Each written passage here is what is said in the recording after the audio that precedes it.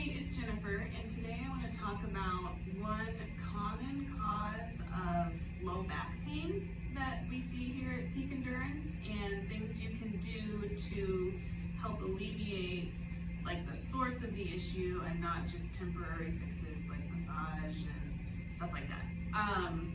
So the kind of back pain I'm talking about actually comes from tight hip flexors. So if you have really tight hip flexors, what that can do is actually tilt your pelvis forward. And so I'm going to do it like excessively so that you can really see. But if your pelvis is really tipped forward because of tight muscles in the front, what that does is it creates like an extra arch in your low back, which can contribute to low back pain because that's not the ideal alignment of your spine. So you can work and work and work on the back, but unless you address the hip flexors and like core strength to kind of open up the hip flexors and hold your spine stable in the front, it's not going to go away. So what I want to show you today is a few ways to open up your hip flexors with some stretching so you feel more open there even temporarily, and then while you have that improved range of motion in the hips, do some core stability with an open hip position to work on creating a longer lasting change for your back. So the first thing you would want to do is your favorite hip flexor stretch. So I really like the half kneeling one. And your hip flexors can be tight either with one of your quads kind of coming up and crossing your hip, or with the muscles that are just at your hip. Your quads go down to your knee too. So you can kind of test when you're in this half kneeling position, really tuck your pelvis under. And if you feel more of a stretch in the bottom leg here, or even like leaning back a little bit, it's probably your quad that's tight. If you feel more of a stretch kind of getting forward in that position, then it's a different hip flexor muscle that's tight. You do whatever gives you the best stretch. Hang out here for 30 seconds to a minute, 1 to 2 sets, and really get your hips nice and open.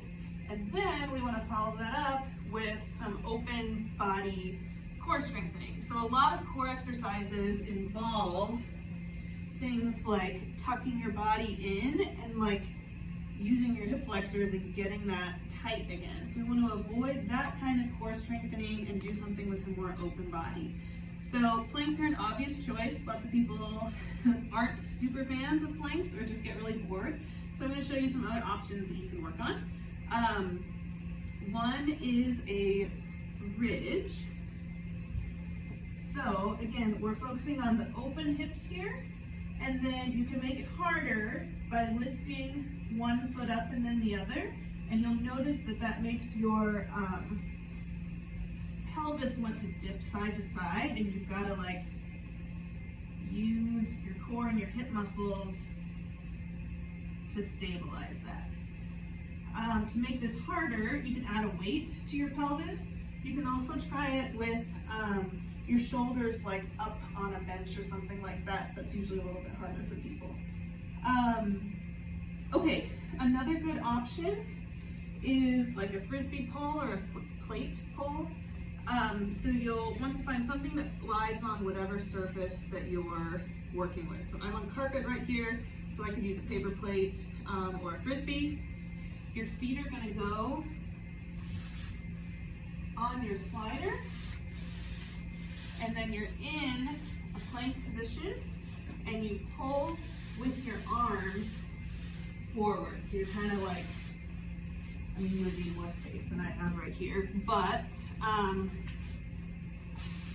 trying to keep your body from rotating side to side and no like dipping or arching in your back.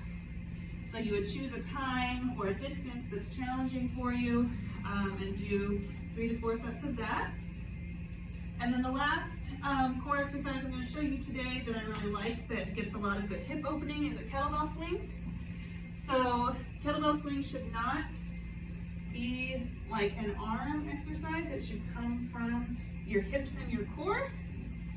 And so yes, we are like closing our hips on the bottom, but to get that weight up, you have to really work on extending your hips.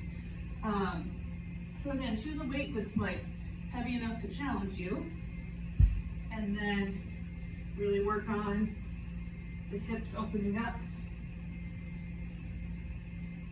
So again, choose a time or a rep count at a weight that is pretty dang challenging for 3 to 4 sets. So you're opening up your hips with a stretch and then taking advantage of that stretched out mobility in the front to really work the core, and that should help the back pain that you're feeling from those tight hip flexors. So if you've got back pain and you think it might be for this reason, give these interventions a try, and we're always happy to see you and help you troubleshoot a little more one-on-one personalization style.